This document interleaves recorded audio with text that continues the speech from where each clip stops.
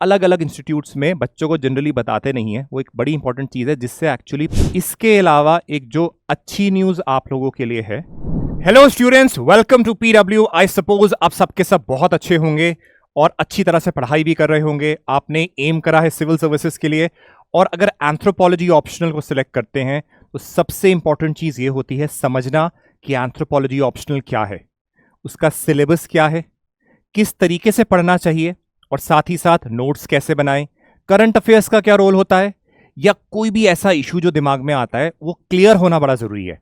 There's a very popular saying that if you want to qualify an examination, it is very important you understand what the examination is. Examination की तो बात सही है, पर अगर anthropology optional को अगर आपको ऑप्ट करना है और उसको पढ़ना है कि क्या है, तो उस ऑप्शनल को समझना उतना ही इंपॉर्टेंट है। So today what our task is, जो हमें पढ़ना है वो बेसिकली ये है कि सिलेबस में हम देखेंगे कि क्या क्या पार्ट्स हैं, उसके मेजर कंपोनेंट्स कैसे हैं और कैसे उनको पढ़ें। तो याद रखिएगा, बहुत ध्यान से एक एक चीज को सुनिएगा, एनालाइज करिएगा, यह आपकी आगे की जो प्रिपरेशन होगी उसके लिए बहुत इंपॉर्टेंट है।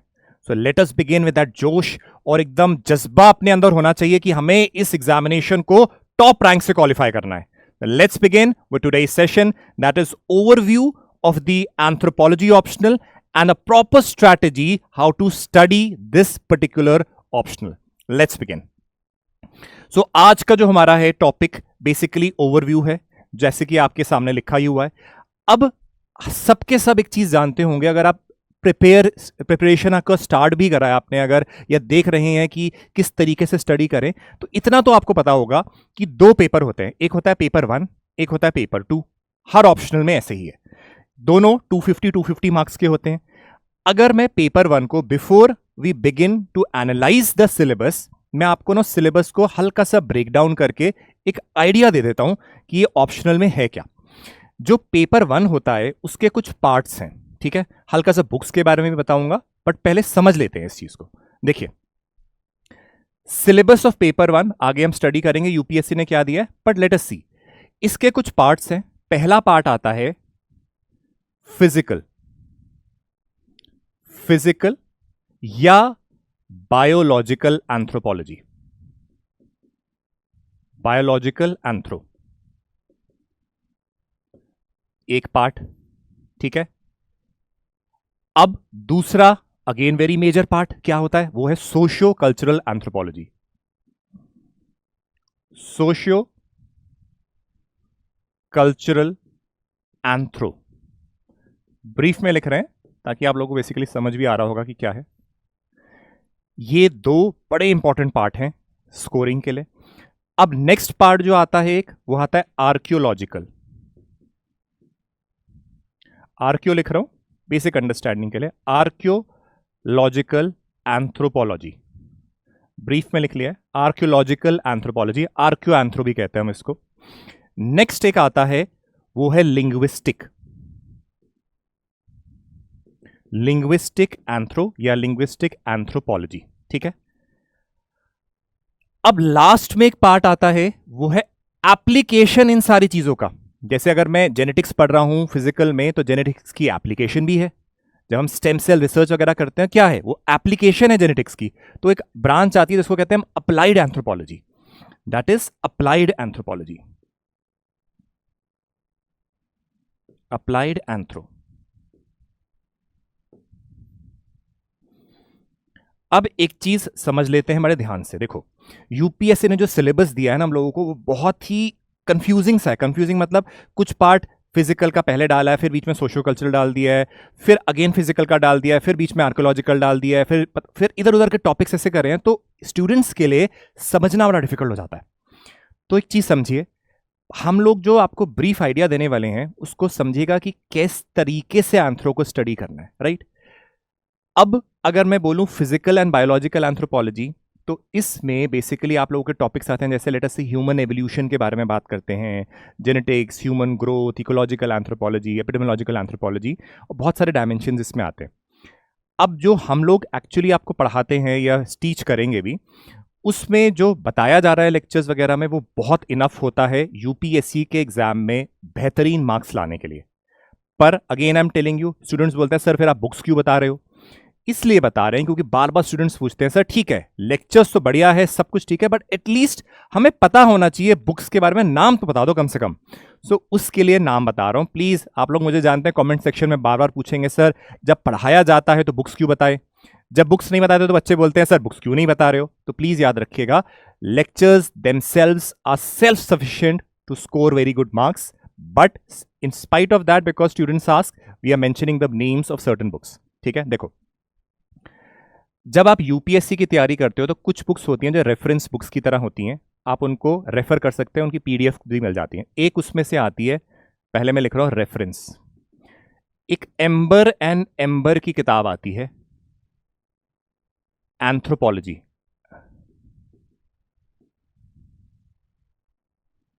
अब इसकी पीडीएफ भी मार्केट में मिल जाती है, आप डाउनलोड कर सकते हैं। ये ना ब्रीफ ओवरव्यू है और इस साथ में रेफरेंस बुक है, कोई टेक्स्ट बुक नहीं है कि आप फ्रंट पेज से लेकर लास्ट पेज तक रटने लग जाओ, नहीं। इसमें काफ़ी सारी केस स्टडीज होती हैं जो कि आपके पूरे पेपर वन में कहीं ना कहीं आप उसको एक्सट्रैक्ट कर सकते हो, जो मैं ऑलरेडी आपको लेक्चर्स में बताता रहूंगा कि देखिए यहाँ से ये ले सकते हैं, या मैंने लेक्चर में कोई केस स्टडी एक्सट्रैक्ट करी होगी या कोई एम्बर एंड एम्बर का कॉन्सेप्ट एक्सट्रैक्ट करा होगा, तो we'll tell you that, right. ये है एक जनरल चीज। अब एक बड़ी इंपॉर्टेंट चीज है जो स्टूडेंट्स नेग्लेक्ट करते हैं, जो professors over the I think decades वगैरह या अलग अलग इंस्टीट्यूट्स में बच्चों को जनरली बताते नहीं है, वो एक बड़ी इंपॉर्टेंट चीज है जिससे एक्चुअली पेपर बनता भी है और जो प्रोफेसर्स आपके चेक कर भी रहे हैं वो उनके लिए प्राइमरी सोर्स होता है। वो दो सोर्सेज हैं, एक है इग्नू का एमए एंथ्रोपोलॉजी का मटेरियल और दूसरा होता है ईपीजी पाठशाला। मैं यहां लिख रहा हूं, प्लीज इसको ध्यान से रखिए। इग्नू IGNOU इग्नू का एमए एंथ्रो का मटेरियल एक, दूसरा होता है ईपीजी पाठशाला एंथ्रोपोलॉजी का। अब देखो सबसे इंपॉर्टेंट चीज ये है कि दोनों के दोनों गवर्नमेंट सोर्सेज है, these are government sources. The people who have written these articles and these so called material, they are actually people who might be setting up the papers also because they are very intellectual people. इससे एक primary source की तरह हम भी refer करते हैं, obviously along with that we refer to various research papers, various books, but these are the major source अगर आप पूछे, rather than running after so many books, ये major source है। सेलेक्टिवली रीड करना होता है, सब नहीं कर सकते क्योंकि बल्कि है, that is our role to tell you, right. इसके अलावा यहां पे कभी कभार लोग प्रोमिनेंटली रेफर करते हैं पी नाथ को, उसके साथ साथ याद रखिएगा ये अपने आप में ही इंपॉर्टेंट है, ठीक है, इंपॉर्टेंट है। नेक्स्ट आता है सोशियो कल्चरल एंथ्रोपोलॉजी, प्लीज इस चीज को याद रखिए, इसके लिए अपने आप में ये सोर्सेज बहुत हैं, बट कभी कभार बच्चे बोलते हैं सर बता दीजिए कोई, फिर भी कोई बता दो किताब की जो हम रेफर कर सके। Then introduction to social cultural anthropology by Madan and Majumdar करके एक बुक आती है, वो अगर लेनी हो तो ले सकते हैं, but again this is self sufficient, जो पढ़ाया जाएगा अपने आप में सेल्फ सफिशिएंट है। ये अगेन क्योंकि बच्चे बोलते हैं इस वजह से बता रहा हूं। Next is archaeological. एक चीज याद रखिए, इग्नू और ईपीजी के बाहर कुछ भी नहीं पूछा जाता है आर्कियोलॉजिकल एंथ्रोपोलॉजी में। It is a very scoring topic, direct सवाल आते हैं, डायरेक्ट आंसर लिखना पड़ता है, थोड़ा सा ऑब्वियसली एनालिसिस करने की जरूरत है, बट आज तक कोई भी सवाल खासकर इग्नू के मटेरियल से, ईपीजी भी ऑब्वियसली कॉम्प्लीमेंट करता है, काफी सारा मटेरियल ईपीजी में इग्नू से ही लिया गया है, राइट। इससे बाहर कुछ भी नहीं आता है, आपको बताया जाएगा किस तरीके से पढ़ना है, वो हमारी ड्यूटी होती है, that is our task to deal with that, but ये सबसे इंपॉर्टेंट चीज है। नेक्स्ट आता है लिंग्विस्टिक। अब लिंग्विस्टिक एक है जो हम जनरली कवर करते हैं, लैंग्वेज, कम्युनिकेशन, कल्चर का टॉपिक आता है, ठीक है। लैंग्वेजेस के ऊपर कि लैंग्वेजेस क्या हैं, कैसे कल्चर से रिलेटेड हैं, कल्चर का लैंग्वेज पे क्या इंपैक्ट है, लैंग्वेज का कल्चर पे क्या इंपैक्ट है, कम्युनिकेशन क्या है, ये जनरली सोशो कल्चरल के अंदर ही कंसिडर करते हैं हम लोग। पर क्योंकि देखिए कई थिंकर्स ने बोल रखा है, जैसे फ्रांसिस बोस ने, कि इसको अलग कंसिडर करो, फॉर दैट मैटर मैंने अलग लिख दिया है। इसका सबसे इंपॉर्टेंट सोर्स है अपने आप में एम्बर एंड एम्बर में एक चैप्टर है आपके लैंग्वेजेस का, उससे बाहर सवाल आते नहीं क्योंकि उसमें बड़े सारे केस स्टडीज एंड थिंकर्स दे रखे हैं। तो जो मैंने आपको बोला था एम्बर एंड एम्बर, इसका एक चैप्टर है, उससे ये एक्चुअली पूरा चैप्टर एक्सट्रैक्ट करा जा सकता है। ये चैप्टर एक्चुअली पार्ट जो है लिंग्विस्टिक एंथ्रोपोलॉजी एक चैप्टर के अंदर ही कवर हो जाता है, इतना छोटा है। अगेन अप्लाइड में अगेन एंडलेस टॉपिक्स हैं ये, हर जगह एंथ्रो की एप्लीकेशन है। कॉरपोरेट वर्ल्ड से लेके डिफेंस में गन्स बनाने से लेके गाड़ियों के अंदर बैठने से लेके किस तरीके से यूटेंसिल्स बने हो क्या हो, हर चीज में एंथ्रोपोलॉजी का इस्तेमाल है, ठीक है ना। क्योंकि एंथ्रो है क्या, इंसान की स्टडी। अब इंसान किस तरीके से इसको अप्लाई कर रहा है, सारा घूम फिर के एंथ्रोपोलॉजी का ही तो पार्ट हुआ। चाहे वो फोरेंसिक साइंस हो, पढ़ते हैं ना forensic science, it is a part of your anthropology, एक ब्रांच है उसकी, ठीक है ना। तो ये अगेन यहां पे इन दोनों सोर्सेस से बाहर नहीं आएगा। इसके अलावा एक जो अच्छी न्यूज आप लोगों के लिए है, मैं एडवांस में आपको थोड़ा सा उसके लिए बता भी देता हूं ताकि आप लोगों को हल्का सा एक आइडिया भी हो जाएगा। ये बुक्स तो ठीक है, by the end of this year in the month of December में आपकी एंथ्रोपोलॉजी की बुक्स आएंगी पीडब्ल्यू के साइड से। PW is a publisher, 2 volumes of books आएंगी, 2 वॉल्यूम्स आ रही हैं एंथ्रोपोलॉजी की।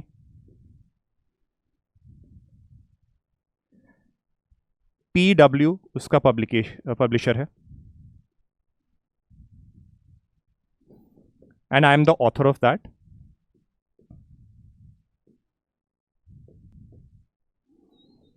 It is going to be the most comprehensive resource for anthropology optional. देखिए मैंने आप लोगों को ये बता दिया था चीज़ें, ये ऑब्वियसली सेल्फ सफिशिएंट होती हैं अपने आप में क्लासेस, बट आपको एडवांस में बता दें कि दिसंबर में लॉन्च करेंगे PW. We are intensively working with the PW team, क्योंकि बेस्ट रिसोर्स बच्चों को दे सके, तो ऑब्वियसली आपको दिसंबर में ये सोर्सेज मिल जाएंगे, ठीक है। ये रहा brief idea about the books. अब हल्का सा सिलेबस में चलते हैं कि जो चीज़ें मैंने आपको यहाँ पे बताई हैं, पार्ट्स अलग अलग, ये 5 पार्ट, इस पार्ट को एक्चुअली किस तरीके से यूपीएससी ने दिया है मैं ब्रीफली करूंगा, क्योंकि अगेन जब हम इसको स्टडी करते हैं उसका एंडलेस है सिलेबस को एनालिसिस करना, बट ब्रीफ हमें आइडिया होना चाहिए कि क्या है। हल्का सा आपको बता भी देता हूँ किस तरीके से बिगिन करना चाहिए, क्या होना चाहिए, डिपेंड करता है, ठीक है। तो आपको एक चॉइस होगी कि एक मेंटर आपको गाइड कर रहा है, तो आपको एक पॉइंट मिल जाता है कहाँ से मैं स्टार्ट करूँ अगर आप फ्रेशर हैं तो। पहला सिलेबस के फर्स्ट जो पार्ट्स होते हैं 1.1, 1.2, 1.3, इसमें बेसिकली होता क्या है, एंथ्रो क्या है, किस तरीके से उसका मीनिंग है, क्या स्कोप है, और किस तरीके से वो अलग अलग ब्रांचेस से वो रिलेटेड है।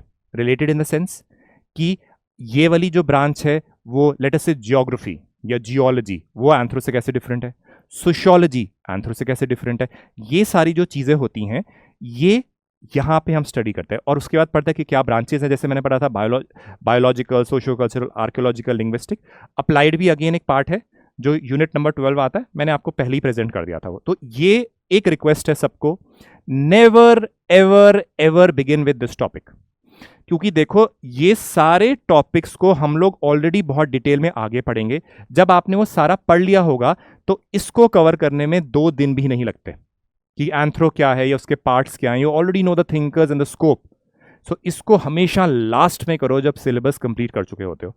ये सबसे पहली और एक सबसे इंपॉर्टेंट एडवाइस है आप लोगों के लिए अगर आप एंथ्रोपोलॉजी स्टडी करो। Do it at the last, do not start it from topic 1.1, ये बाद में होगा, ठीक है। चलिए नेक्स्ट आता है जो मैंने ये देखिए, एक तो ये व्हाइट रंग में था, अब जो येलो कलर में मैंने कर रखा है फिजिकल एंथ्रोपोलॉजी को डिनोट करता है, ठीक है। जो आगे आपके पेपर 1 में जो चीज़ें आएंगी फिजिकल एंथ्रोपोलॉजी की हैं। इस 1.4 में जनरली हम फिजिकल एंथ्रोपोलॉजी स्टार्ट करना तो यहीं से करते हैं। इसमें एवोल्यूशन का बेसिक्स है कि ह्यूमन एवोल्यूशन कैसे है, उसकी थ्योरीज क्या क्या है। देखिए अभी के टाइम पे थ्योरीज में जो पहुंचे हैं हम, जो जेनेटिक्स वगैरह की बात करते हैं, उससे पहले कई सारी थ्योरीज आई हैं, कई सारे रोल्स आए हैं, जैसे चार्ल्स डार्विन ने क्या कहा है, हर्बर्ट स्पेंसर ने क्या क्या है, कि अलग अलग रूल्स क्या है, सिंथेटिक थ्योरी क्या है, वगैरह वगैरह बहुत सारी थ्योरीज आती हैं। तो हम लोग बिगिन करते हैं इस प्रोसेस को, ह्यूमन एवोल्यूशन को, यहां से फिजिकल एंथ्रोपोलॉजी का। सो ये पहला पार्ट है जो काफ़ी इंटरेस्टिंग है, डायरेक्ट सवाल आता है, बहुत बढ़िया चैप्टर है। अगर आप स्टार्ट करना चाहें फिजिकल एंथ्रोपोलॉजी को, अगर स्टार्ट करते हैं तो आप यहाँ से ज़रूर स्टार्ट कर सकते हैं, आपको बताया जाएगा आगे भी जैसे होता है। या सोशो कल्चरल से करते हैं, अगेन आपकी स्ट्रैटेजी है, बट अगर आप फिजिकल से करते हैं तो you can begin from this chapter, it is very interesting, right. Next आता है प्राइमेट्स। अब देखो प्राइमेट्स के बारे में हमें स्टडी करना है कि हम लोग कैसे इवॉल्व हुए हैं, ठीक है ना। कई बार आप थ्योरीज पढ़ते होंगे कि प्लेसियाडपस करके एक जानवर था, 58 मिलियन ईयर्स पहले रहता था, वो हमारा कॉमन एंसेस्टर था, राइट, कॉमन एंसेस्टर था। अब वहां से हम अभी कहां से पहुंचे हैं, कैसे हमारा एवोल्यूशन हुआ, ब्रांचिंग हुआ, तो वो प्राइमेट्स बेसिकली वहां से लेके हम प्राइमेट्स लेवल में कैसे अलग अलग टैक्सोनॉमीज हैं, क्या चेंजेस हैं, हम लोग गोरिल्ला से कैसे डिफरेंट है, चिंपैंजी से कैसे डिफरेंट है, ओवरऑल जनरल कैटेगरी बोलते हैं ना, बंदरों से डिफरेंट कैसे हैं, वो चीजें स्टडी करेंगे। हम इरेक्ट क्यों हुए, बाकी क्यों नहीं हुए, हम इरेक्ट हुए तो हमारे बेनिफिट क्या हैं, क्या चेंजेस हमारे शरीर में हुए हैं, ये सारी चीजें हम लोग बेसिकली पढ़ते हैं इस यूनिट में। वेरी इंटरेस्टिंग डायरेक्ट सवाल आता है, काफी बार इसमें आ चुके हैं, अगेन 10, 15, 20 मार्क्स में आ सकता है, इंटरेस्टिंग टॉपिक है, ईजी है, राइट। चलिए नेक्स्ट आता है एक चीज, जब हमने अभी पूछा था प्रीवियस यूनिट में प्राइमेट्स में, हम वो बातें कर रहे थे कि बिल्कुल मिलियंस ऑफ ईयर्स पहले क्या था हमारा पास्ट, एक तरीके से सो कॉल्ड एंसेस्टर्स। बट अब यहां पे जो स्टेटस है वो है जब हम थोड़े से इंसान की तरफ ज्यादा पहुंच चुके हैं, कि एस्ट्रोलोपिथिकस क्या है, for that matter homo erectus, Neanderthal, Rhodesian man, homo sapien, जो हम हैं वो है होमो सेपियन सेपियंस। तो ये थोड़ा सा और इवॉल्व फॉर्म है, क्या क्या इनके कैरेक्टरिस्टिक्स हैं, कल्चरल प्रैक्टिसेस हैं, कैसे डिफरेंट है, क्या इनका डिस्ट्रीब्यूशन है, अलग अलग थॉट प्रोसेस भी होते हैं, कई लोग इनको डिटेल में नहीं पढ़ते हैं, पर याद रखिए एक लेवल है जहां तक पढ़ना है, और वो काफ़ी होता है, यूपीएससी उससे बियॉन्ड स्कोप में नहीं जाता। फॉर एग्जांपल कई लोग पूछते हैं निएंडरथल तो होमो सेपियंस के साथ एग्जिस्ट कर रहे थे, बट ये एक्सटेंड कैसे हो गए, तो देखिए उसके भी 5-6 व्यूज़ आते हैं, वो व्यूज़ को भी आइडिया होना चाहिए कि क्या है। तो these things are basically taught also, तो इतना आइडिया होना चाहिए, यूपीएससी उससे बाहर नहीं जाता, ठीक है। They don't want you to be hard core archaeologist, no no no no, see neither they want you to be PhD होना चाहिए, डॉक्टर्स होने चाहिए, नहीं, दे वांट कि आपको ग्रेजुएशन होनी चाहिए उस लेवल, तो उतनी लेवल की अंडरस्टैंडिंग होनी चाहिए। सो ये अगेन वेरी इंटरेस्टिंग टॉपिक है, स्कोरिंग है, डायरेक्ट सवाल इसमें आते हैं। नेक्स्ट इज 1.7 सेल वगैरह, सेल का टॉपिक हम जनरली जेनेटिक्स के साथ लेते हैं। ये जो वाइट में है ये सोशो कल्चरल है, मैं दोबारा इसमें आऊंगा, पहले फिजिकल वाला पार्ट खत्म करेंगे। अब आप सोचिए अगर हम लोगों को इसको करना है, ये वाला पार्ट लास्ट में करना है, तो ये अगेन आप लोग इग्नू एंड ईपीजी को रेफर कर सकते हो इसमें, बाकी ऑलरेडी जो क्लासेस में कराते हैं वो सेल्फ सफिशिएंट है। प्लीज याद रखिए what is being taught is itself self-sufficient to score very high marks, but people ask how it has to be done. That is why we mention the books, right? इन चीज़ों के लिए again e-PG IGNOU best resource हैं, e-PG IGNOU best resource हैं। For this also again e-PG IGNOU best resource हैं। अब मैं 1.7 इसमें sales, जो हम क्लास 10th वगैरह में भी पढ़ते हैं ना कि सेल्स क्या हैं, क्या डायमेंशन है, उन चीज़ों के बारे में हमें पढ़ाया जा रहा है। 2 मिनट के लिए सोशो कल्चरल पार्ट जो वाइट में, इसको स्किप करते हैं ताकि मैं आपको बता दूं कि फिजिकल का पार्ट कहाँ से नेक्स्ट शुरू होता है। मैंने बताया था ना थोड़ा सा जम्बल्ड अप सिलेबस है, बट अगेन यूपीएससी ने दिया है तो पढ़ना तो है, राइट।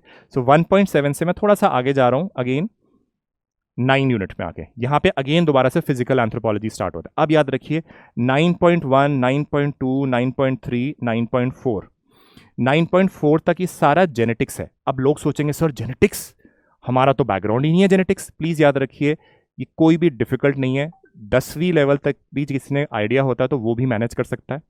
बाकी it is our duty to explain कि किस तरीके से आपको जेनेटिक्स पढ़ना है, क्या पढ़ना है, बिल्कुल ग्राउंड लेवल में जाके पढ़ाया जाता है, ठीक है ना, पीडब्ल्यू में। So you don't need to basically worry about the dimension की क्या होगा, बहुत ईजिली हो जाता है। जेनेटिक्स में याद रखिए एडवांटेज ये है, डायरेक्ट सवाल आते हैं क्यों। देखो हम लोगों को मेडिकल साइंस का ऑप्शन तो करना नहीं है, राइट। हम लोगों को क्या करना है, एंथ्रोपोलॉजी, हमारी एक applied part, understanding of human है, तो हम लोगों को मेडिकल साइंस में नहीं जाना। इस वजह से यूपीएससी ना can not cross that boundary, it does not cross that boundary कि वो बहुत ज़्यादा डिटेल में पूछे।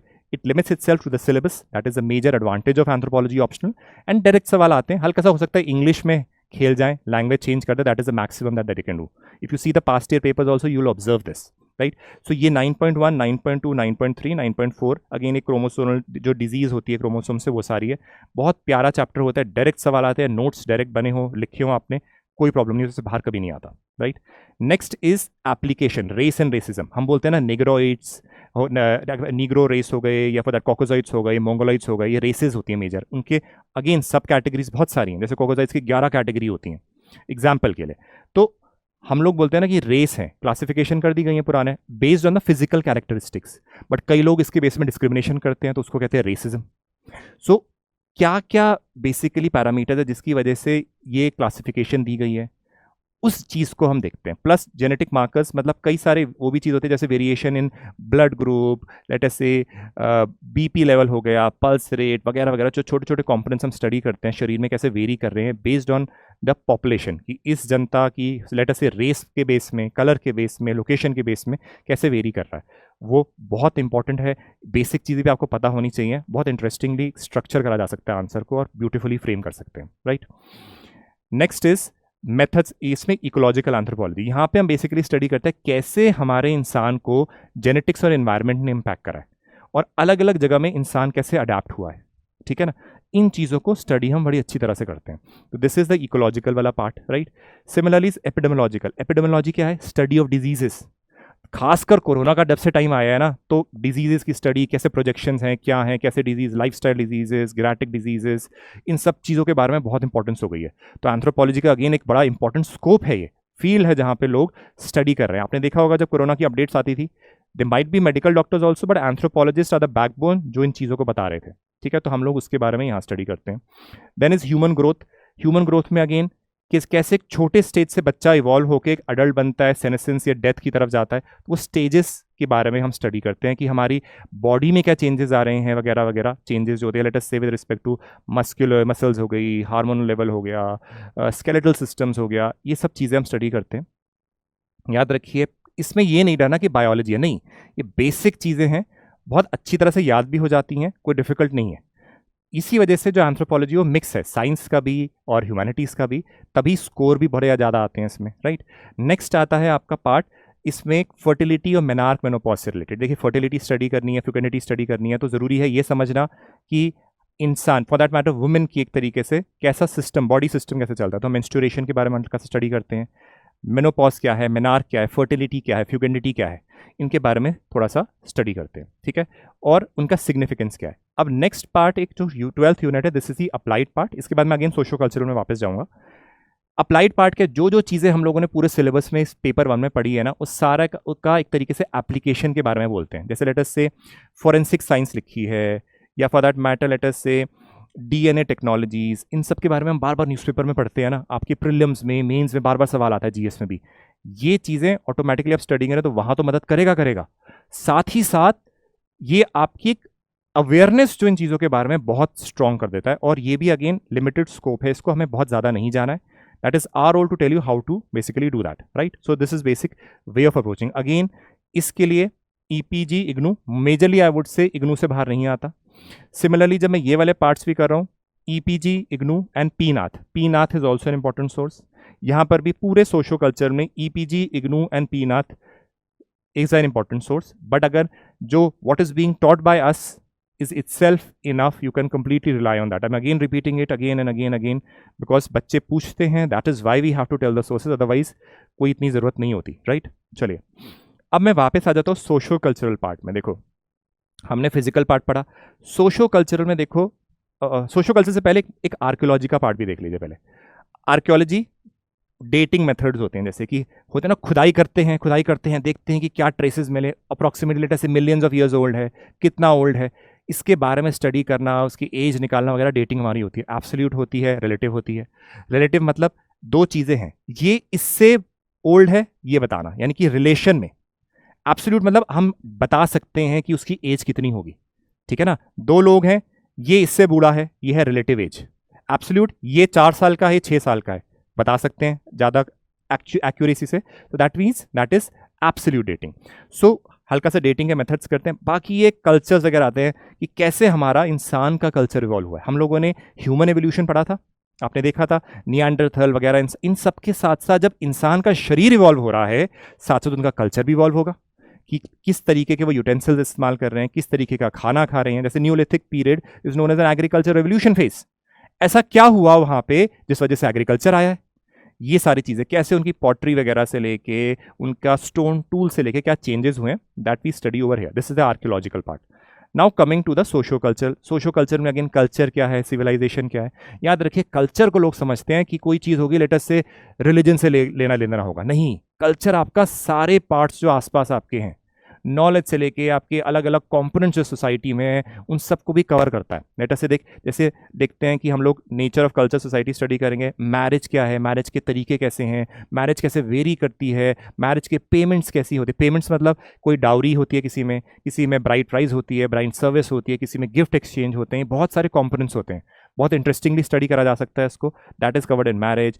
फैमिली क्या है, क्या फैमिली और मैरिज जो है वो हर जगह होती हैं या उनके फॉर्म्स अलग होते हैं, क्या उनके डायमेंशंस है, we study that. Similarly kinship को सिंपल वर्ड्स में बोल सकते हैं रिश्तेदारी। यानी कि रिश्तेदारी कैसे होती है, या तो आप सिबलिंग्स हैं, ब्लड रिलेशंस हैं, तो एक फॉर्म हो गया। दूसरा शादी करके आए हैं कोई, तो भी रिश्तेदारी हो सकती है। सो सिंपल वर्ड्स में होता है रिलेशनशिप, एक तरीके से आपका सिंपल वर्ड्स में। डिटेल में तो हम थिंकर्स के व्यू ऑब्वियसली स्टडी करेंगे, उनके बहुत सारे फॉर्म्स होते हैं that we study in kinship. Next is economic, political. आप देखिए इकोनॉमिक डायमेंशन कैसे हैं, कौन क्या काम करता था, किस तरीके से चीज़ें इवॉल्व हुई, वो सारी चीज़ें इकोनॉमिक में आती। पॉलिटिकल सिस्टम कैसा है, फॉर एग्जाम्पल एक ट्राइब में कैसा सिस्टम है, एक नेशन स्टेट जैसे इंडिया जैसी कंट्री है वहां पे किस तरीके से रन करता है। डिफरेंस है ना दोनों में, नेशन स्टेट का कॉन्सेप्ट एंड ट्राइब का कॉन्सेप्ट। सो वो एवोल्यूशन कैसा हुआ है, क्या व्यूज़ हैं, क्या क्या तरीके हैं, किस तरीके से उनको जस्टिस मिलते हैं। जैसे यहाँ पे हमारे कोर्ट सिस्टम है, पर ट्राइब में क्या होता है, ट्राइब में कैसे जस्टिस दी जाती है, वो सारी चीज़ें हम पॉलिटिकल डायमेंशन में स्टडी करते हैं। देन रिलीजन अगेन बहुत इंपॉर्टेंट टॉपिक है, यहाँ पे बड़ा मज़ा आता है स्टडी करने में, क्योंकि यहाँ पे वी स्टडी किस तरीके के रिलीजन्स हैं, अलग अलग कैसे इवॉल्व हुए हैं, यहाँ तक कि हम लोग विच क्राफ्ट वगैरह इन सब के बारे में भी पढ़ते हैं। अब याद रखिए before I go on to the theories, ये अगेन अपने आप में EPG and IGNOU are self sufficient to give you very good marks in this. हमारी बहुत ही अच्छी तरह से जो हम पढ़ाते हैं उसमें भी ये बहुत डिटेल में दिया जाएगा। तो अगेन सोर्स और कोई रेफर करने की ऐसा ज़रूरत नहीं है, बट क्योंकि पूछा जाता है दैट इज़ वाई बता दिया गया था। प्लस आपको मदन एंड मंजुमदार का नाम भी किताब का बताया गया था, that can also be referred, right. Next आता है एंथ्रोपोलॉजिकल थ्योरीज। अब this forms the core of socio cultural theories. बहुत सारी थ्योरीज आती है, क्लासिकल आती है, historical particularism, diffusionism, structuralism, cultural personality school वगैरह वगैरह, ये सारी आती हैं। अब यहाँ पे जिसकी ये थ्योरी स्ट्रॉन्ग है वो सोशियो कल्चर में बहुत बेहतरीन परफॉर्म कर सकता है। इंपॉर्टेंट ये है कि आप लोग इसको बहुत अच्छी तरह से पढ़ें, आपको बहुत डिटेल में भी पढ़ाया जाएगा, कोई प्रॉब्लम भी नहीं होगी। Simply refer to the source of what is being taught.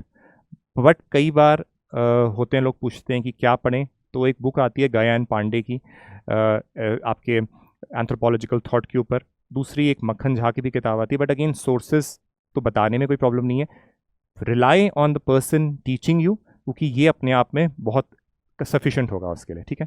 So this was basically what we say as paper 1 का पूरा खुला चिट्ठा, जो हम कह सकते हैं कि क्या एनालिसिस है, क्या क्या डायमेंशन है। अब थोड़ी चीज़ें इसके बारे में समझ लेते हैं। कभी कभार डर लगता है सर सिलेबस बड़ा वास्ट है, चीज़ें इसमें तो बड़ी लंबी चौड़ी हैं। एक चीज़ समझ लीजिए, मैं आपको एक हल्का सा एनालिसिस बता देता हूँ। जो पेपर 1 है ना, वो अपने आप में क्लोज टू 75% कह सकता हूँ सिलेबस कवर करता है पूरे एंथ्रो का। इसलिए आपको लग रहा होगा कि सिलेबस इसमें बहुत सारी चीज़ें आती हैं, पर उसका फ़ायदा भी है कि ये कवर हो जाए तो बहुत मेजर पार्ट कवर हो जाता है। पेपर 2 में बहुत लंबा नहीं है, it can be covered very easily in very less time.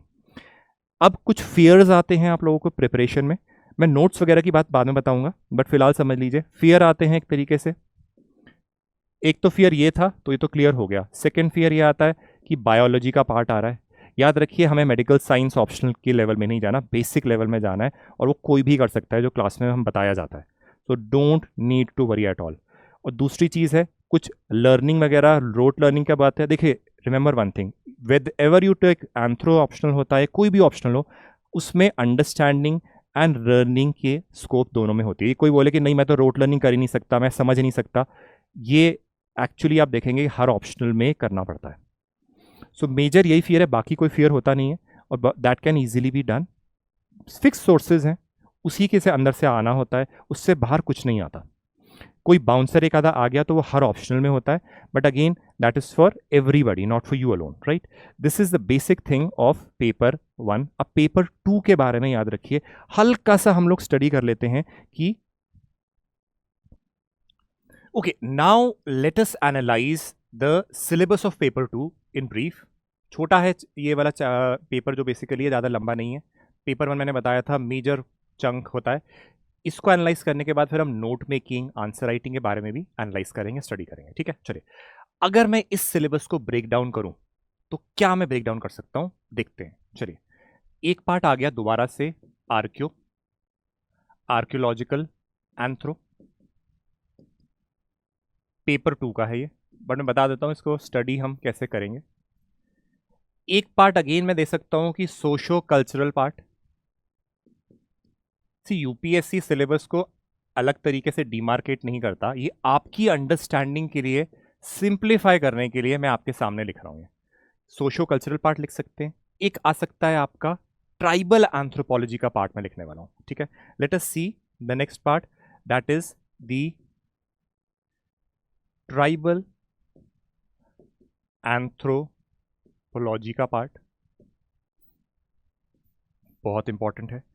और नेक्स्ट अगर मैं बोलूं, मैंने कैटेगरी बना दी है मिसलेनियस या अदर्स करके। ठीक है, मैं आपको बताऊंगा। अगेन याद रखिए, यूपीएससी का सिलेबस इस तरीके से कुछ डिमार्केशन नहीं करता, ये सिर्फ आपकी अंडरस्टैंडिंग के लिए मैंने अलग करा है। ठीक है, देखते हैं कि बेसिकली इसमें क्या है। आर्कियोलॉजिकल एंथ्रोपोलॉजी, प्लीज एक चीज समझ लीजिए, जो पार्ट हम लोगों ने पढ़ा था पेपर 1 में, उसी के साथ हम पेपर 2 का स्टडी करते हैं। जैसे हमने नियोलिथिक वगैरह के बारे में बात कर रहे थे ना, सेम चीज इंडिया में भी है। तो हम लोग पेपर 1 का आर्कियोलॉजी का पार्ट पेपर 2 के साथ ही करते हैं, मतलब पेपर 2 के साथ या पेपर 1 के साथ, वो आप पे डिपेंड करता है, बट साथ में करेंगे। तो आपका एक ही बार में आर्कियोलॉजिकल एंथ्रोपोलॉजी का पार्ट खत्म हो जाता है, you don't have to worry. ठीक है, नेक्स्ट आता है आपका सोशो कल्चरल। अब सोशो कल्चरल पार्ट का एक चीज प्लीज सबके सब बहुत ध्यान से समझिएगा कि यहां पर आपका अगेन ईपीजी और इग्नू का काम आएगा।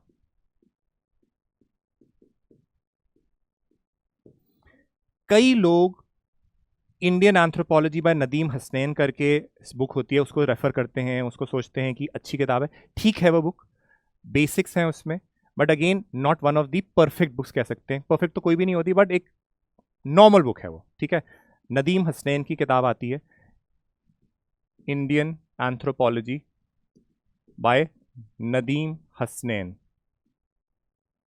बट अगेन एक नॉर्मल बुक है, कोई बहुत ज़्यादा प्रोमिनेंट नहीं है, लोग लेते हैं क्योंकि ऑल्टरनेटिव नहीं होता। ठीक है ना। नेक्स्ट आता है आपका ट्राइबल। अब ट्राइबल का एक बहुत इंपॉर्टेंट रोल है, मेजर चंक हमारा सिलेबस ट्राइबल एंथ्रोपोलॉजी का है। ठीक है, यहां पे इसके सोर्सेज में बता देता हूं। अगेन ईपीजी प्लस इग्नू तो ऑब्वियसली आपका है। नेक्स्ट आपका आता है काका कमेटी की रिपोर्ट।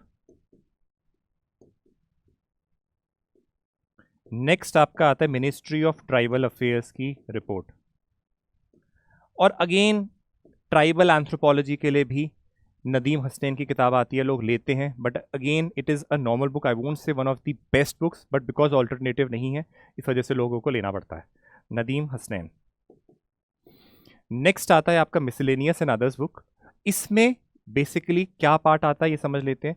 कई सारे टॉपिक्स है जो इनके अंदर एज सच नहीं डाले जा सकते, they can be like let us say OBC, schedule caste issues, minorities issues, regionalism वगैरह के बारे में जो आता है उसको हम डाल देते हैं मिसलेनियस में। अगेन जो क्लास में पढ़ाया जा रहा है इन सब के बारे में, वो सेल्फ सफिशिएंट है in order to score really good marks. So you don't need to basically worry about कि कौन सा टॉपिक के लिए क्या रेफर करें। ठीक है ना, ये एक ब्रीफ आइडिया है, ये बहुत क्रिस्प सिलेबस है, इसका डिटेल में नहीं है कोई इतना ज़्यादा पढ़ना, आराम से पढ़ सकते हैं, बहुत अच्छा स्कोर कर सकते हैं।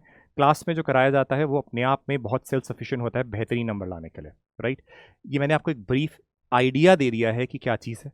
Let us analyse this in little bit more detail, right. चलिए अगेन सेम चीज, बिफोर वी बिगिन एक चीज़ बता देता हूँ।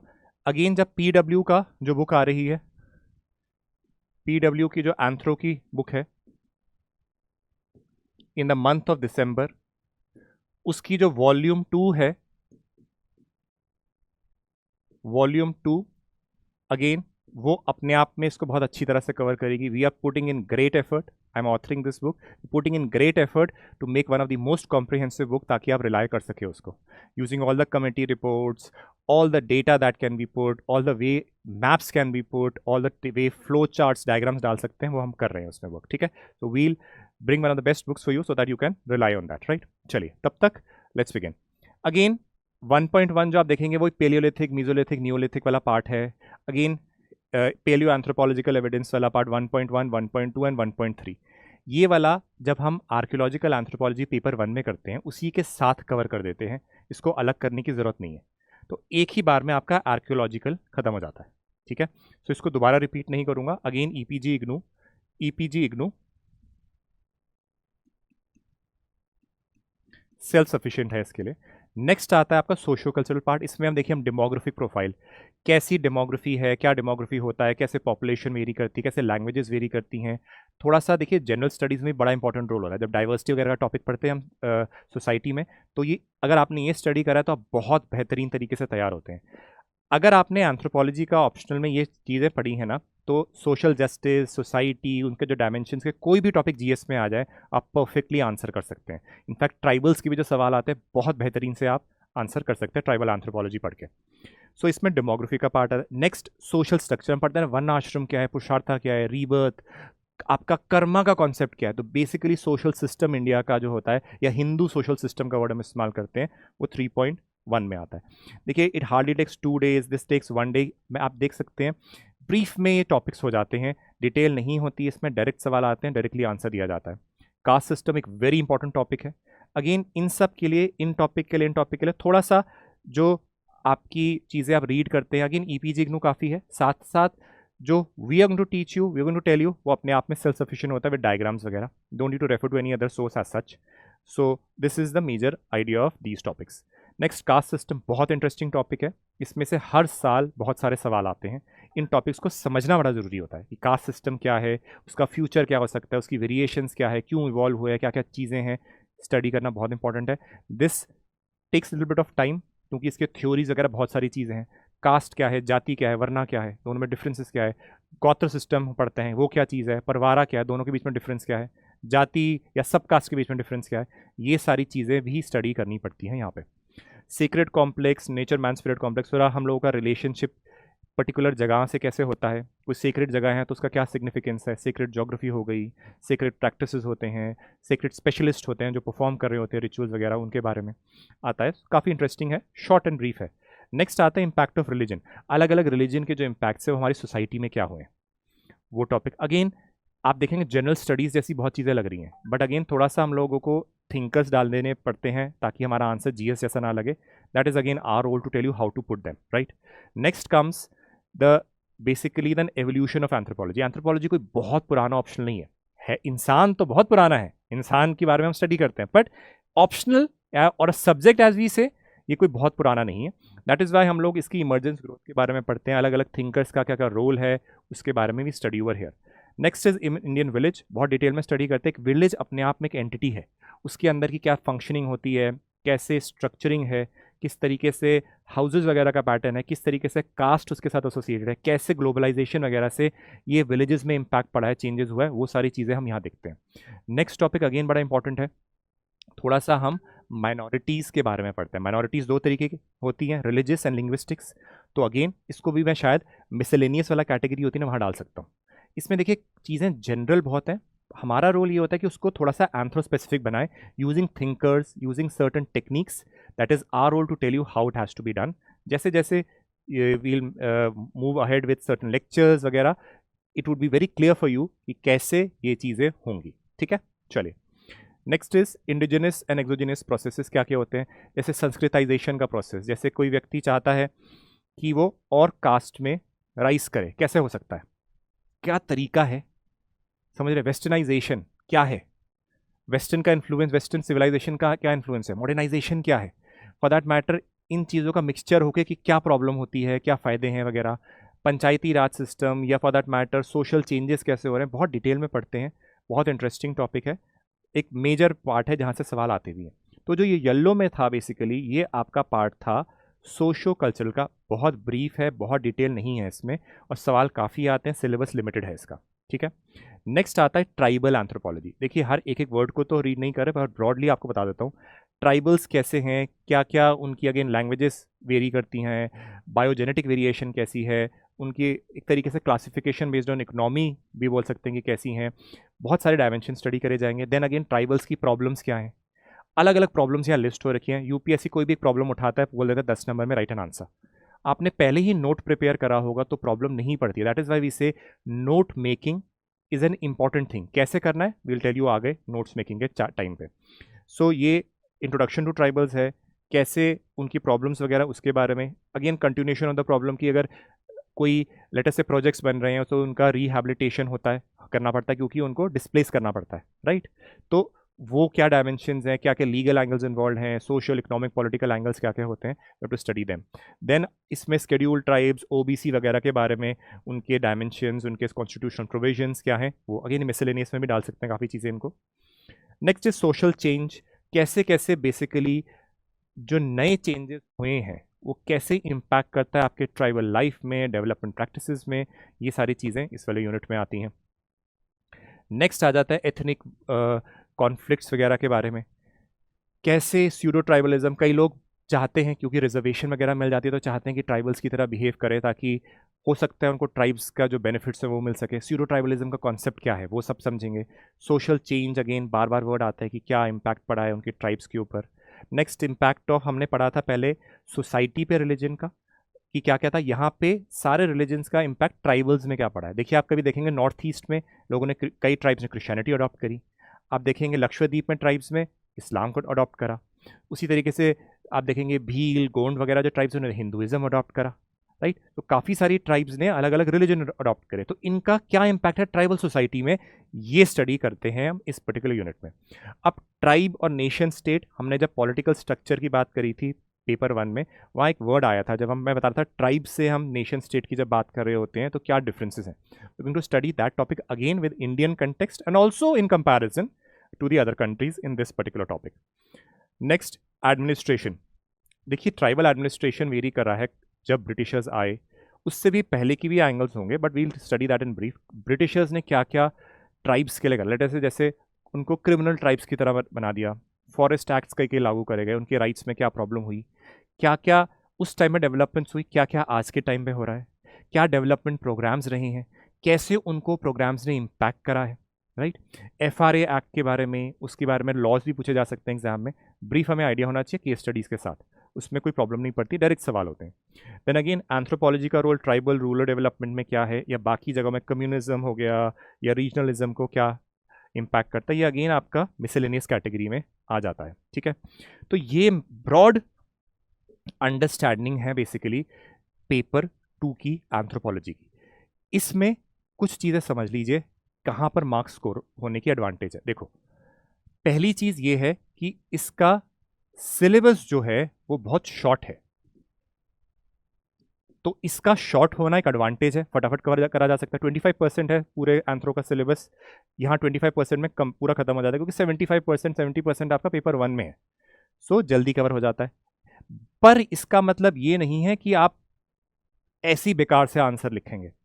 इंपॉर्टेंट फिर यहां पर क्या आता है कि आप कई सारी केस स्टडीज डालें, कई सारे एग्जाम्पल्स डालें, ये इंपॉर्टेंट होता है। आंसर राइटिंग की प्रैक्टिस ऑब्वियसली जरूरी है, और प्रेजेंटेशन अगेन बहुत इंपॉर्टेंट है, कैसे आप ग्राफ्स मैप्स बना रहे हैं। अब इन चीज़ों के लिए देखिए whenever we are taking lectures वगैरह we cover this part very comprehensively in detail, plus book में भी जो आएगी दिसंबर में उसमें भी बहुत डिटेल में होगा, डिटेल में ये चीज़ें होंगी। पर इसके लिए याद रखिए केस स्टडीज ढूंढते इसका तरीका समझो। जब आप कोई टॉपिक कर रहे होते हो आपको अपने एंड से भी कोई केस स्टडीज ऐड करनी है, उसका तरीका क्या है।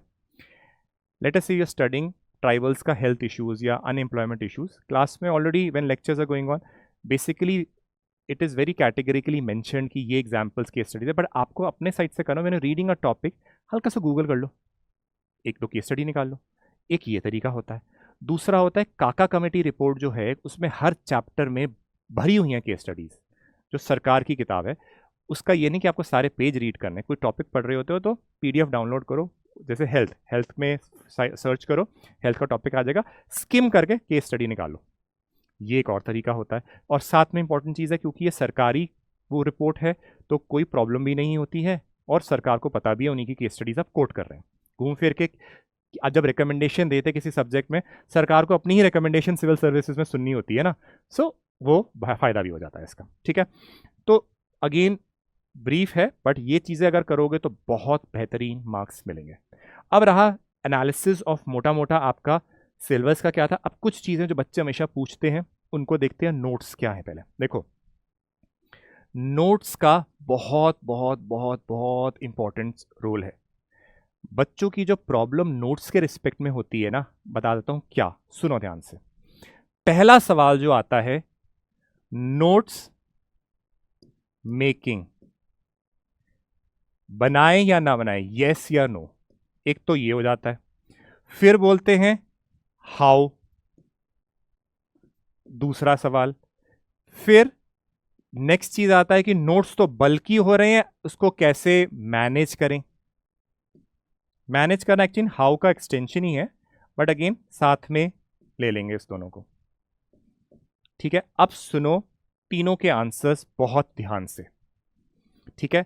लोग बोलते हैं नोट मेकिंग यस या नो। देखो अगर तो भगवान ने आपको खुद आशीर्वाद देके यहां भेजा है कि बच्चे जो आपने एक बार रीड करा है आपके दिमाग में छप जाएगा और आपने आंसर्स में लिख देना है, उसको भूलना ही नहीं है। अगर आपके पास ऐसी मेमोरी है तो नोट्स बिल्कुल मत बनाओ, क्लास में किताब देखो और आपकी तो फोटोग्राफिक मेमोरी होगी, बट ये होता नहीं है, राइट। इसलिए नोट्स का रोल ये होता है कि जब आप अलग अलग चीजें सुन रहे हैं, let us say we are teaching you something, you are listening to something, तो आप सुन रहे हो, तो आपने सुन लिया, चीजें देख भी लिया कोई, तो आपको उसको कहीं कंप्रेस करना पड़ता है, कंप्रेस करना पड़ता है ना, ताकि वो एक जगह आ जाए। तो उसलिए नोट्स का रोल होता है, क्योंकि हम लोग every day we interacting to so many people, we are studying so many things, referring to so many other material, our brain has a capacity, उसके बाहर नहीं जा सकता वो। इसलिए इंपॉर्टेंट होता है कि नोट्स को बनाया जाए, बहुत जरूरी है।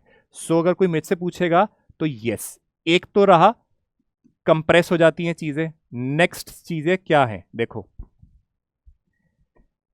जितने आपके नोट्स जैसे होंगे उतनी ही टाइम आप उसको रिवाइज कर सकोगे, तभी नेक्स्ट चीज आएंगे हाउ या मैनेज का, उसमें आंसर आएगा। बट रिवीजन आपका डिपेंड करेगा कि आपके नोट्स हैं भी या नहीं, ठीक है ना। रिवीजन, अगर आपके कोई नोट्स ही नहीं है तो रिवाइज क्या करोगे।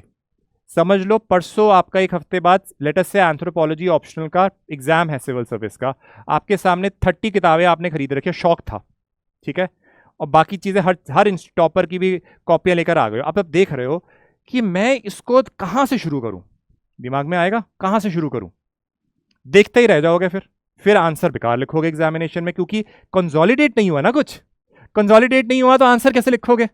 That is why it is very important to have notes with you, अपने हैंड रिटन, सोर्सेस कुछ भी हो बट अपने हैंड रिटन होने चाहिए।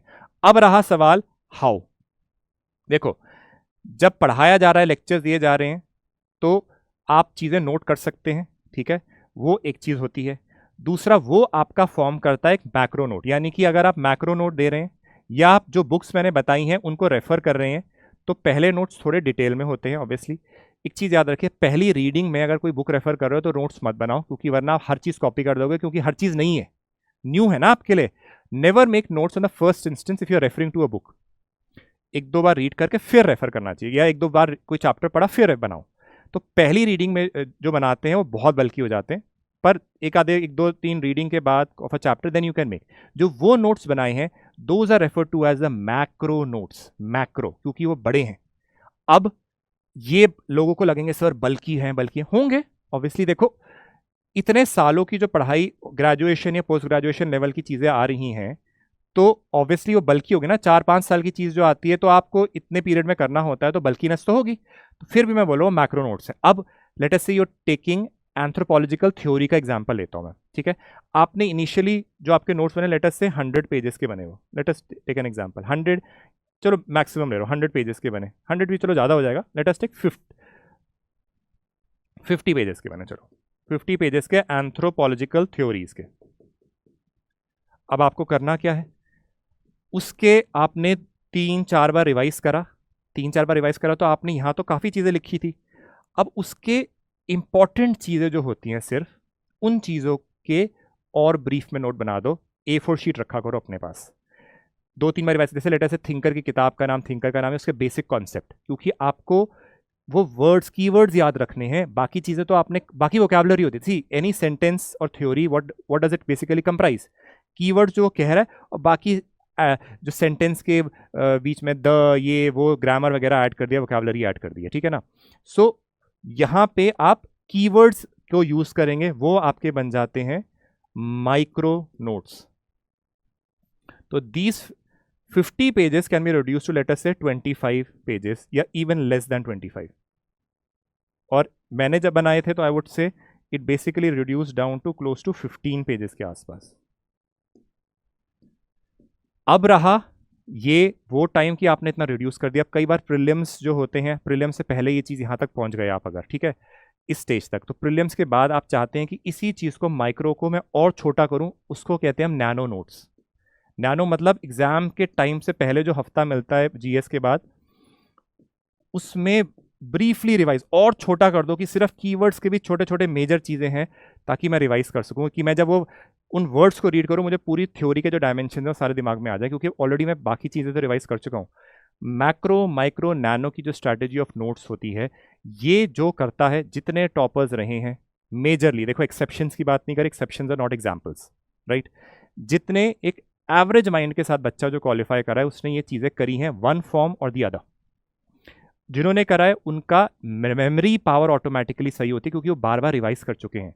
इसको 2 3 4 बार करा, उसको छोटा कर दिया, इसको रिवाइज करा, छोटा कर दिया, तो आपके लास्ट में कीवर्ड्स ऑफ पर्टिकुलर थ्योरी और for that matter any chapter, वो क्लियर आपके दिमाग में होगा। तो क्या होगा, आपको कीवर्ड्स याद है तो आप एक्चुअल पेपर में उसको रेप्लिकेट कर सकेंगे। वोकैबुलरी एंड ग्रामर तो अपने आप ऐड कर सकते हो, उसमें प्रॉब्लम नहीं है। हम लोगों को पॉइंट्स याद नहीं रहते जो थ्योरी के होते हैं, for that matter any chapter for that matter, right. तो ये करोगे, इस तरीके से नोट्स को प्रोसीड करोगे, कभी भी प्रॉब्लम नहीं पड़ेगी। इसको याद रखना एक चीज हमेशा, please remember this in your life, that if you try to compress it, this is what UPSC basically wants. Can you compress so much knowledge इतने में? और तभी बोलते हैं ना आंसर राइटिंग क्या है, इतनी सारी चीजें इतने कम टाइम में लिखनी होती हैं, वो भी यही आर्ट है। ये करोगे तो आंसर भी बेहतर लिख पाओगे। This was all about notes making. अब आता है आंसर राइटिंग। देखो, अगर प्रीलिम्स में गोले मार के या एमसीक्यू करके आप क्वालिफाई होते हो, अगर वहाँ एमसीक्यूज प्रैक्टिस नहीं करोगे, पास नहीं होगे। Take it in writing. Again examples की बात करो, एक्सेप्शंस की बात नहीं कर रहा हूँ। मेंस में आंसर राइटिंग नहीं कर रहे हो तो कोई फायदा नहीं है, पेपर क्वालिफाई नहीं होगा, ठीक है। अब आंसर राइटिंग में चीज याद रखो, 3 4 सवाल आते हैं कि यस या नो, आप भी जानते हैं इसका आंसर करने की जरूरत है। कितने, हाउ मेनी, ये वाला क्वेश्चन आता है। नेक्स्ट आता है क्वालिटी का इशू, कैसे इंक्रीज करें। एक और आ जाता है स्पीड। 3 4 इश्यूज ये होते हैं। पहली बात मैं बताता हूं, अगर आपका let us assume you writing the mains of 2024, ठीक है। पहली बात तो यस, इसका आंसर मुझे देने की जरूरत ही नहीं है, आंसर राइटिंग नहीं करोगे तो फायदा है नहीं। अब लोग सोचोगे कि क्या आंसर राइटिंग लिखूं, कुछ आता नहीं है।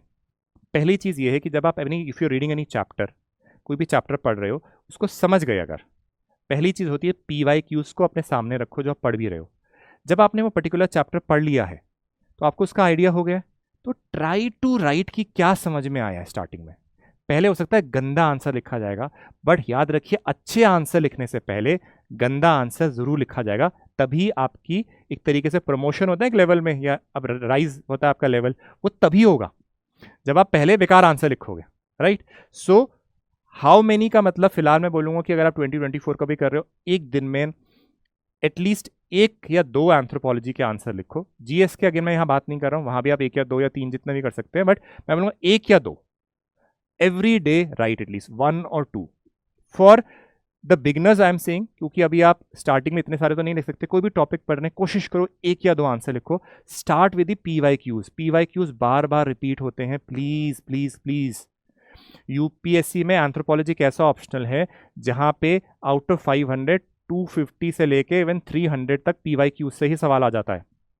सबसे इंपॉर्टेंट चीज है इस ऑप्शनल की, तो प्लीज उसको करो। और 10 ईयर्स के नहीं, पुराने भी थोड़े PYQs होते हैं, वहां तक भी जा सकते हो आप, ठीक है। नेक्स्ट है क्वालिटी। कई बार बच्चे बोलते हैं सर हमने मेंस भी बड़े सारे लिखे, इस बार एंथ्रोपोलॉजी ऑप्शनल लिया है, क्या ऐसी चीज़ें करें जिससे हमारे बेसिकली मार्क्स पढ़ सकें, क्वालिटी। और फॉर दैट मैटर जब आप बिगिन भी कर रहे हैं आंसर राइटिंग, कभी मेंस नहीं लिखा, तैयारी शुरू करिए, एक चीज़ याद रखिए, क्वालिटी और स्पीड का जो चीज़ होती है हमेशा इसके बीच में एक ट्रेड ऑफ रहेगा, यानी कि लड़ाई रहेगी, क्वालिटी अच्छी हो स्पीड अच्छी हो, क्वालिटी अच्छी हो स्पीड अच्छी हो। देखो एग्जामिनेशन में पेपर कंप्लीट करना सबसे इंपॉर्टेंट है, वो मैं मानता हूँ, बट अगर आप आंसर राइटिंग अभी बिगिन करा है तो फिलहाल कुछ टाइम तक एटलीस्ट अच्छे आंसर लिखने की कोशिश करो, क्वालिटी, ठीक है। उसकी जब प्रैक्टिस और करते रहोगे तो एक आधे मंथ के बाद स्पीड में भी वर्क करना शुरू हो जाना। क्वालिटी, पहली बात याद रखिए, जब हम आंसर चेक कर रहे होते हैं उसमें कई फैक्टर्स होते हैं, कंटेक्स्ट, कंटेंट, बहुत सारे होते हैं, उसमें कुछ चीजें हैं, प्रेजेंटेशन, कुछ क्रिएटिविटी भी ले सकते हैं, क्रिएटिविटी एंड प्रेजेंटेशन साथ में ही चलता है। कंटेक्स्ट का मतलब होता है कि जो सवाल पूछा गया है क्या वही जवाब दे रहे हो, पूछा मून गया लिख सन रहे हो, पूछा नियांडरथल गया पढ़ के वो नहीं गया हो तो होमोसेपियंस लिख रहे हो, तो वो नहीं। Context means what is being asked, are you writing that particular answer और not, are you fulfilling the demand of the question और नॉट, वो नहीं लिखोगे गए नंबर, ठीक है। नेक्स्ट है आपका कंटेंट। अब आता है यहाँ पे आंसर राइटिंग का इंपॉर्टेंट रोल, क्योंकि पहला अगर गलत है तो गए जीरो, मिल गया जीरो आपको। कंटेंट में क्या आपने जो लिखा है उसके क्वालिटी चीज लिखी है। क्वालिटी कैसे होता है, आपका आंसर जीएस का नहीं है, इसमें आपके थिंकर्स जो उस ऑप्शनल के होते हैं, आपके केस स्टडीज, आपके एग्जाम्पल्स, या पेपर 2 में आप रिकमेंडेशंस जो कमिटीज के देते हैं, ये सारी चीजें आपके कंटेंट को इंप्रूव करती है। और अलोंग विद इट इन सबको एक फ्लो में होना चाहिए, ऐसे ना लगे कि बस उठा के डाल दिया है। Flow of an answer should be there, flow comes with practice, immediately नहीं आता, प्रैक्टिस के साथ आता है। प्रेजेंटेशन एंड क्रिएटिविटी इज, जब मैं आंसर देख रहा हूं क्या आपका आंसर अपीलिंग है, अपना आंसर बेच सकते हो एग्जामिनर को, you have to sell your answer to the examiner, right. तो चीजें like maps, diagrams, flow charts, या इनमें से कुछ और क्रिएटिविटी आप कर सकते हो, तो वो चीज आती है इन चीजों में, प्रेजेंटेशन एंड क्रिएटिविटी। तो अब ये आपका मेजर चीज है जब मैं क्वालिटी की बात कर रहा होता हूँ, स्टार्टिंग के एटलीस्ट जब you just begin with answer writing, अभी इस पे धीरे धीरे वर्क करो, एकदम स्पीड पे मत करो, स्पीड तो आपको करनी ही है इंक्रीज, उसके बिना नहीं चलेगा, ठीक है ना। अब आप 1 घंटे में एक आंसर स्टार्टिंग में भी लिख सकते हो, बट लास्ट में लाना आपको वही 7-8 मिनट में, but before when you begin it takes time, everybody, सबके साथ होता है। तो इन चीज़ों को थोड़ा ध्यान रखना पड़ता है, जितना प्रैक्टिस करोगे वो धीरे धीरे इंप्रूव होगा। एटलीस्ट एक आंसर रोज लिखिए, वो आपकी बिगनिंग है। प्रॉब्लम होती है बच्चे लिखते नहीं है, कंसिस्टेंटली एक आंसर लिखोगे कभी भी तकलीफ नहीं होगी, कभी तकलीफ नहीं होगी। डोंट लेट दैट ब्रेक कम आपके बीच में, जब आप आंसर लिखना छोड़ दो, वो नहीं होना चाहिए। Next is speed. Speed basically क्या है कि with in that stipulated time आपको लिखना है, वो जब आप थोड़ा सा 1-2 महीने जब आप कर लेते हो तो स्पीड में साथ साथ वर्क करना शुरू हो जाओ, ताकि मैं कैसे और स्पीड बढ़ाऊं। स्पीड कैसे 2-3 चीज़ों में वर्क करती है। पहला एक फैक्टर होता है रिकॉल, दूसरी होती है हैंड स्पीड। रिकॉल यानी कि अगर आपको याद नहीं आ रही चीज़ें तो लिखने में भी टाइम लगेगा, 7-8 मिनट में 4 मिनट लगा दिए सोचने में, तो लिखोगे क्या। तो रिकॉल क्या होता है, जो मैंने नोट्स बताया था, if you go from macro to nano, याद रिकॉल जल्दी होगा। रिकॉल जल्दी होगा तो उससे क्या फायदा होगा, आप लिख भी जल्दी पाओगे, याद जल्दी आ रहा है, राइट। तो इंटर रिलेटेड है। नेक्स्ट चीज आती है हैंड स्पीड। हम लोग को इतने साल हो जाते हैं, कई बार लिखते नहीं है, तो जितने आंसर्स प्रैक्टिस करोगे, मॉक्स वगैरह दिखते हो, ऑटोमेटिकली हैंड की स्पीड भी बढ़ेगी। प्लस अपने आप में थोड़ा सा प्रेशर क्रिएट करोगे, आप to finish within this stipulated time, तो वो विद टाइम इंक्रीज होगा जब आप यूं प्रोसीड करेगा। लास्ट में याद रखिए, finishing the paper is equally important. Answer छूटेगा, क्वालिटी उसकी ज़्यादा भी हो, बाकियों की तो फायदा नहीं होगा, ठीक है। These are the basic things. Current affairs का एक चीज़, you are lucky that this is the only optional जहाँ पे करंट अफेयर्स की वैल्यू एज सच नहीं है, ठीक है। यहाँ टॉपिक लिखा है तभी बता रहा हूँ। करंट अफेयर्स से कोई उठा के सवाल डाल दे ऐसा नहीं होता, सिर्फ एक चीज़ है कि करंट अफेयर्स में कोई चीज़ें आ रही है जो आप अपनी करंट अफेयर मैगजीन्स में पढ़ रहे होते हैं, आप उसको याद है आपको तो आप कोट कर सकते हैं, स्पेशली पेपर 2 में। जैसे ट्राइबल का कोई चीज़ आई है प्रॉब्लम्स, आपने करंट अफेयर मैगजीन्स वगैरह में या न्यूज़पेपर में कुछ रीड करा है कि ये इशू है, तो आप उसको कोट कर दीजिए, ये नहीं होगा डायरेक्ट सवाल वहाँ से आ जाए। तो ये सबसे सबसे सबसे बड़ा एडवांटेज है। अगेन इस चीज़ का एक चीज़ याद रखिएगा कि हम लोग जब एंथ्रोपोलॉजी ऑप्शनल को कर रहे होते हैं, लेक्चर्स काफ़ी सारी चीज़ें आती रहेगी अभी YT वगैरह में, आपको देखा जाएंगे कि कैसे आप स्टडी करना है, आपको अलग अलग टॉपिक्स डिस्कस भी करेंगे। देखिए सिर्फ इन टॉपिक्स के साथ नहीं, साथ साथ आपको कई नॉलेज चीज़ें ऐसी होती हैं जो पता होनी चाहिए। लेटेस्ट से आर्यन इन्वेजन डिबेट्स होती हैं, एवोल्यूशन को हम ब्रीफली कैसे समझ सकते हैं, इनोवेटिव टेक्निक्स वगैरह होती हैं, काफ़ी innovative videos with respect to anthropology इस YT चैनल में आपकी आती रहेंगी, ताकि आपका इस ऑप्शनल के लिए जो बेसिकली इंटरेस्ट है वो भी जागे, आपको समझ भी आए कि इंसान क्या। देखो सबसे बड़ी स्टडी होती है अपने आप को समझना, हम कहाँ से आए, हमारा वजूद क्या है। अगर आपको ये चीज़ समझना है तो उसलिए एंथ्रोपोलॉजी एक इंटरेस्टिंग चीज़ भी होती है और खासकर स्कोरिंग भी बड़ी होती है। तो आपको अलग अलग टॉपिक्स में चीज़ें आएंगी, लेक्चर्स वगैरह आएंगे, आपको समझ में आएगा बेसिकली एंथ्रोपोलॉजी है क्या। तो ओवरऑल भी आप देखेंगे एंथ्रोपोलॉजी जो एक ऑप्शनल भी है, उसमें आप देखेंगे कि करंट अफेयर्स का इतना रोल नहीं है, प्लस स्टैटिक काफ़ी है, तो स्कोरिंग भी बहुत ज़्यादा होती है, लोग बहुत अच्छे मार्क्स भी लेकर आते हैं। ओवर द पास्ट देखिए टॉपर्स के एंथ्रोपोलॉजी से आए हैं, आपने देखा भी होगा ये, तो एक बहुत मेजर एडवांटेज है। साथ ही साथ अपने आप में क्रिस्प है, क्रिस्प क्योंकि आपको बहुत ज़्यादा भागना नहीं है, कंसोलिडेटेडली चीज़ें हैं। बाकी आपको जैसे जैसे we putting lectures related to anthropology के अलग अलग डायमेंशंस, लेट अस से कोई नई चीज़ कुछ आई है मार्केट में, इन द सेंस कि लेट अस से एवोल्यूशन के बारे में कुछ आया है जो शायद आप निगलेक्ट कर देते हैं, तो we will make it interesting for you to understand that also. Every Tuesday we will meeting you one for the other, ठीक है। So always remember that PW की टीम जो है वो हमेशा आपके साथ है, आपको चिंता करने की ज़रूरत नहीं है। हमेशा अच्छी तरह से स्टडी करिए, फोकस्ड रहिए, सीरियस होने की ज़रूरत नहीं है, सिंसियर रहिए, and PW is always going to be there for you to help you in every form that you need us, and all the best for your preparation. We'll meet you soon. Take care. Goodbye.